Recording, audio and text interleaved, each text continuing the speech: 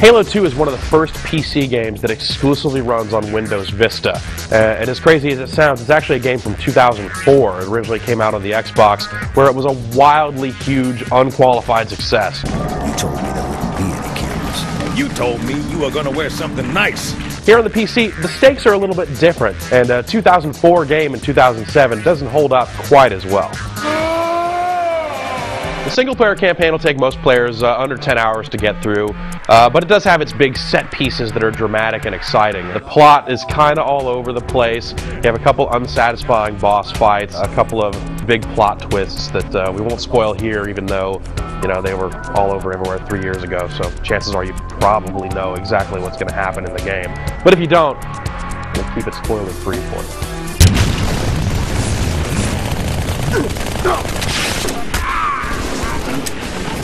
Where Halo 2 really stands out and why it's still so popular on the Xbox after all these years is in its multiplayer.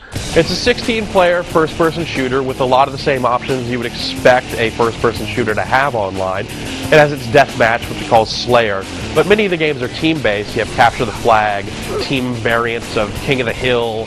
There are also variants inside of those game types, so if you want to have a deathmatch where everyone only has a rocket launcher or everyone has a shotgun and a sniper rifle, you can set that up as well.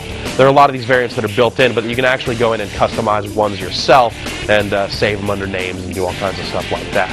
The multiplayer options are kind of a weird mix of what worked back on the Xbox and kind of standard PC conventions. Halo 2 and the Xbox had a matchmaking system that would let you get into a game with similarly skilled players relatively easily, whereas the PC version has a server browser, which is pretty much standard for PC first-person shooters, and is actually the fastest way to get into a game.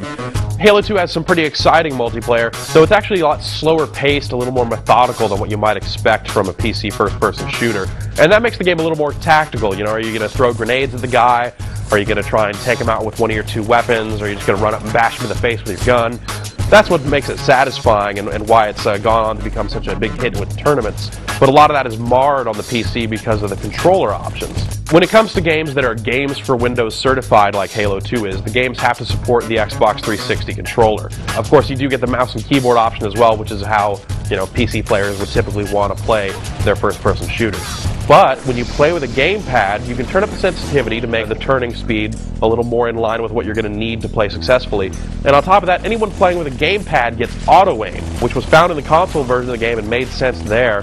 But here, it's an unfair advantage, because when you get up close to someone, it'll kind of snap to your target, and if they jump up, it'll follow them up, and that's pretty bad. It creates a pretty unbalanced playing field where, the people with the gamepads might almost do a little bit better, because the melee attacks and close-up shotgun blasts and stuff are going to be a lot easier to land because the game does have to think it for you.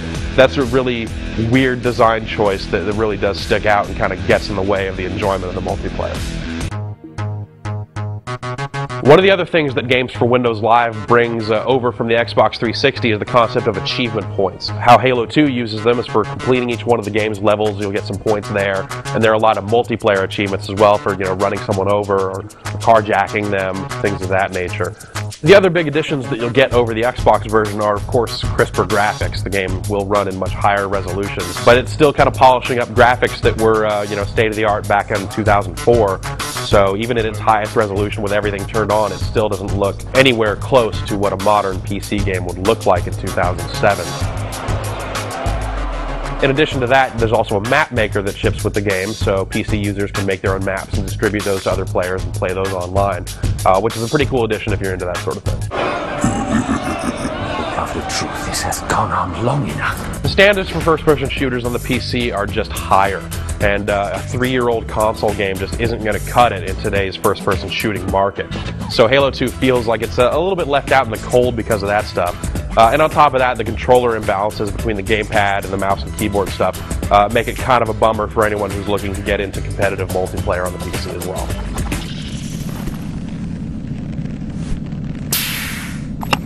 Tell that to the Covenant.